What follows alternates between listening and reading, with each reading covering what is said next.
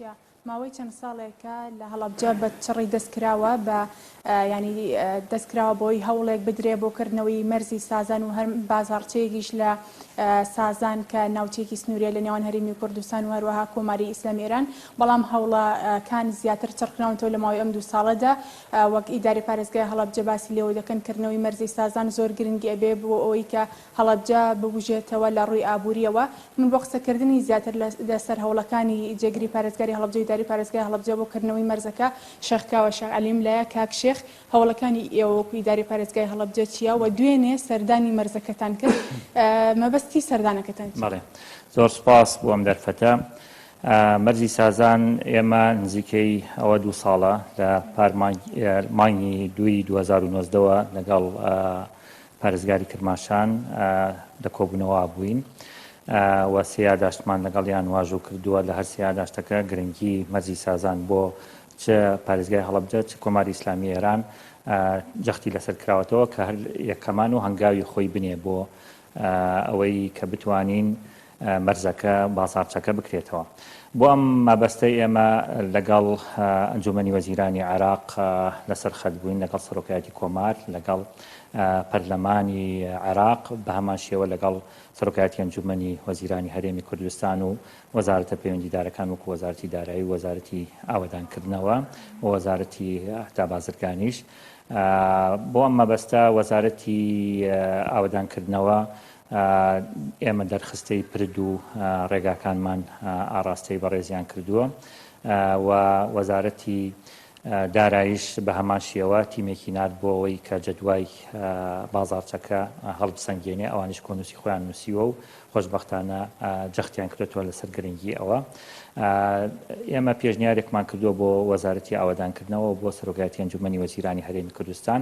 کە پرۆژەکە پێویستی بە دروستکردنی پردێک هەیە سەرەتا لەگەڵ ڕێگایەک بەڵام سەرەتا پردەکە زۆر ضرورە کە بۆی ئاڵوگۆڕەکە دەست پێ بکە ئەگەر حکوومەتی هەرێم بتوانێت خۆی لەبەروی بودجەی پردەکە کەمە نزیکەی 860 ملیۆن دینارە لە سەرەتا بودجەیەکی گشتی بۆ دابین بکە ئەوە هەنگاوێکی باشە ئەگەر لە حاڵەتێکە بەهۆی قەیرانی داراییەوە نەتوانرێت ئەم بودجەیە دابین بکرێ ئەوە 2 ڕێگەمان خسوەتە بەردەمی وەزارەتی دارایی و وەزارەتی ئاوەدانکردنەوە ئەوانیش کۆمپانیاکان و بەرهێنەرەکان ئامادەن بە قەرزی درێژخایەن پرۆژەکە ئەنجام بدەن بە جادەکەیش و بە پردەکەیشەوە ئەگەر قەرزی درێژخایەنیش بە هەمان شێوە حکوومەتی هەرێم لەگەڵیانە بێت قەرزکردن ئەوە کۆمپانیەکان ئامادەن بە ڕێگەی هاوبەشی کەرتی تایبەت و کەرتی گشتی کە بە پێ ڕێنمایی ژمارە 2 ساڵی 2016 وەزارەتی پلاندانان گونجاوە ئەمەوە و بەرهێنەران و سرمایه‌داران ئامادەن ئێمە سەردانمان کرد لەگەڵ یەکێک لە کۆمپانیەکان کە کۆمپانیا گروپی کۆمپانیەکانی هەڵەبجەیە بۆ دیراسەکردنی پردەکە و ڕێگاکە و دواتر ئێمە وەزارەتی ئاوەدانکردنەوە وەزارەتی دارایی ئاگدارەکەین و ئاگداریشمان کردوون کە کۆمپانیا و بەرهێنەرەکان ئامادەن بەم هەنگاوانە دەست پێ بکەن. زۆر باشە هەوڵەکان تەنها بۆ کردنەوەی بازارچیەکانی بازارێکی بچووکیانەوە تا بۆ کردنەوەی مەرزەکەی بە شێوەیەکی فراوانی وەکو مەرزێکی فەرمی بناسنی لە نێوان هەردوو وڵاتە ئەوەی ئێمە داوامان کردووە طبعاً سەرەتا بازارچەیە بەڵام حکوومەتی عێراقی بە تایبەتی هەیئەی دەروازە سنووریەکان دەستی دەروازە سنووریەکانی عێراق ئەمانەی عامەی ئاگادار کردووە کە شوێنی زۆر گونجاوە بۆ مەرز کە ئەویش مەرزی سازان لە سنووری پارێزگای هەڵەبجە ئەوان پشتگیریان کردووە و داوایان کردووە لە سەرۆکایەتی ئەنجومەنی وەزیران ئەمانەی عامە کە بەپێی چەند مەرجێک ئێمە لەگەڵ ئەوان کە بکرێتەوە کەواتە لەگەڵ ئەوان کە بێتە لە ئایندا مەرزێکی نێودەوڵەتی چونکە گرنگترین شوێن ئەبێت بۆ ئاڵوگۆڕی بازرگانی و بۆ پەیداکردنی داهات بۆ هەم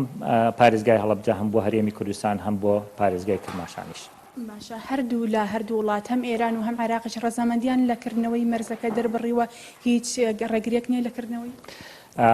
لایەنی ئێرانی بەپێ ئەو یاداشتانەی کە ئێمە لەگەڵیانە ئەنجاممان داوە دەدەسەڵاتی پارێزگای کرماشانەیە کە